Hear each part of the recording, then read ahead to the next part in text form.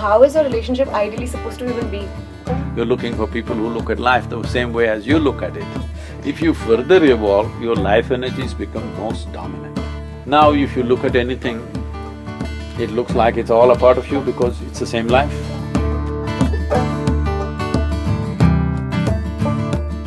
When I was in my early teenage years, or maybe in my college years, this whole thing about love and relationships was the most important thing in our lives, which hasn't changed over time. It still is the most important thing in our lives, and I'm speaking on behalf of everybody. But the meaning You say of… my life, why are you saying our life? Okay, sir, my life. Okay, my life. So, the meaning of this over the years has changed drastically. Earlier, it was about trying to be with that person and doing whatever it took, fighting this, that, but still wanting to stick into that. Now, after having grown up and after having witnessed whatever little life that I have, after having witnessed my experience over the years, the meaning of love and the meaning of relationships has taken a whole new meaning and a whole new dimension, and it's totally changed for me. Now it's more about understanding one another, helping each other grow, and trying to work towards a common thing together. It's more about the companionship vis-a-vis the desperation to cling, like how it was back in the day. So it's quite confusing because I don't quite understand. I don't think I even understand what the meaning of relationships is. How is a relationship ideally supposed to even be? When you say you're human, you have four fundamental things. You have a body, you have an intellect, thought, you have emotion, and there is a life energy which makes all this happen.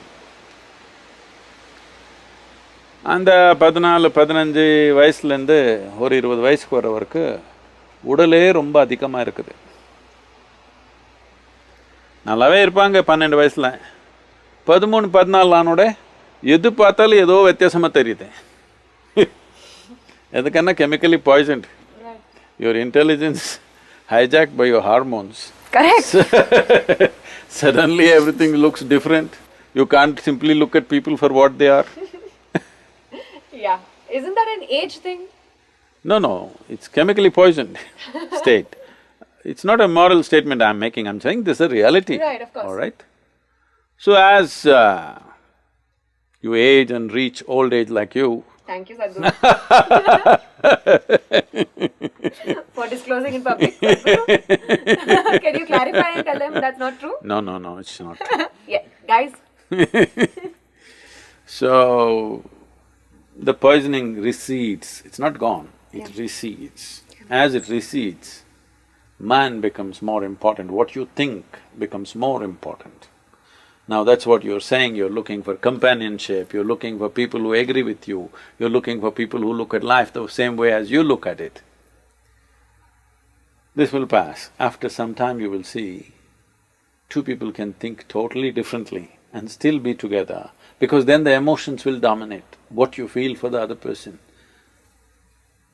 By the time people who are married, they will see this. By the time they're 40, 45, they don't care what the other person thinks, but they want to be with them.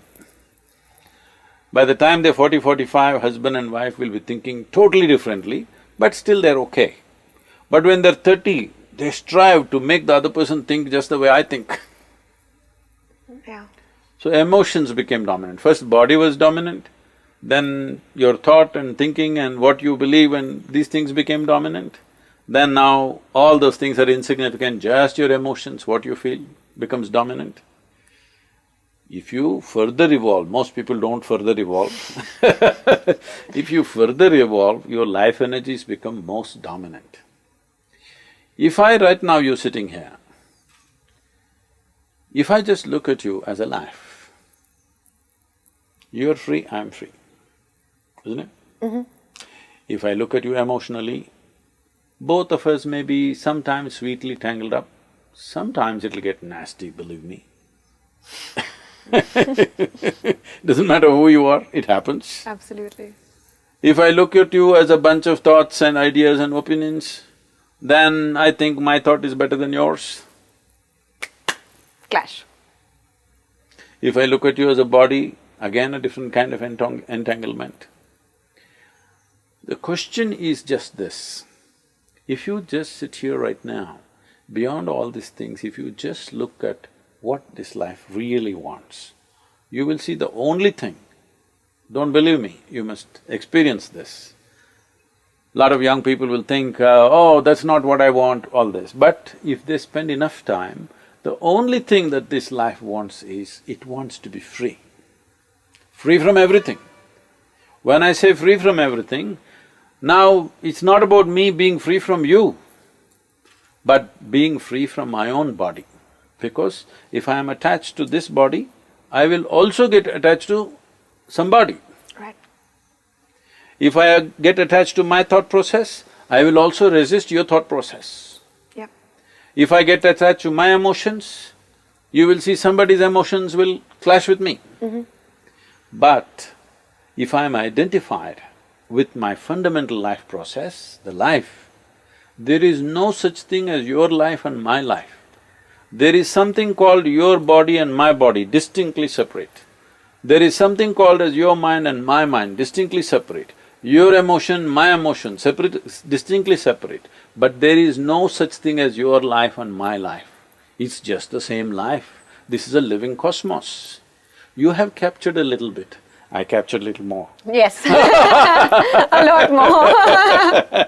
So my work is just to help people to capture more life, so that that becomes the dominant force in your life. Not your body, not your mind, not your emotions, but the life. If you capture a lot of life, that will be the most dominant. It's like when you were in school, did you blow soap bubbles? Yes.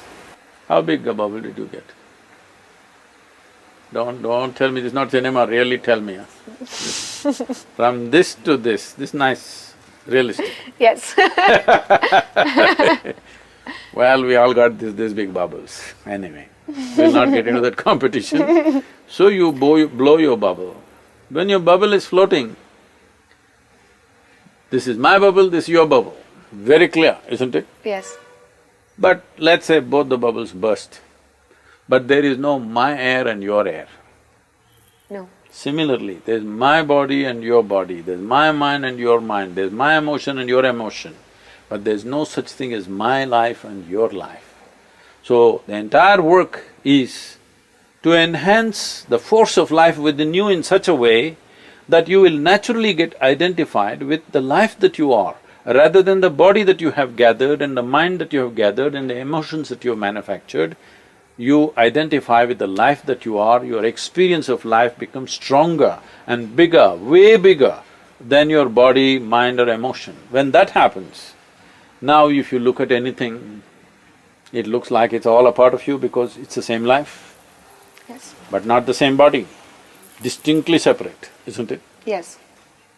So how is one supposed to… A, how much time does it take? B, how is one supposed to constantly remember this? You don't have to remember this. You are it, isn't it? Yeah. You're alive or no? Yes. Check out. Yes. That you're only checking whether you're body or not. Yes. That you're checking the breath. Yes. Now I know. So, if this life is sufficiently enhanced, there's no need to remember, that's how it is. So when you were 17, 18, the most enhanced aspect of you was body. There were new dimensions to it suddenly. Of course. What was not there as a child, there were new dimensions. When you were a child, your body was not very important. The moment you became an adolescent, it became important because these are all the tricks of nature to make sure you reproduce. Somebody has to succumb to it, otherwise you and me wouldn't be sitting here. Very true. So, when body is dominant, people function one way. When mind becomes dominant, they'll operate another way. When emotions become dominant, they operate in a different way. But if life energies become dominant force, then you're in a state of yoga. You're sorted. Completely. Thank you, Sadhguru. Thank you Thank you. so much for your time.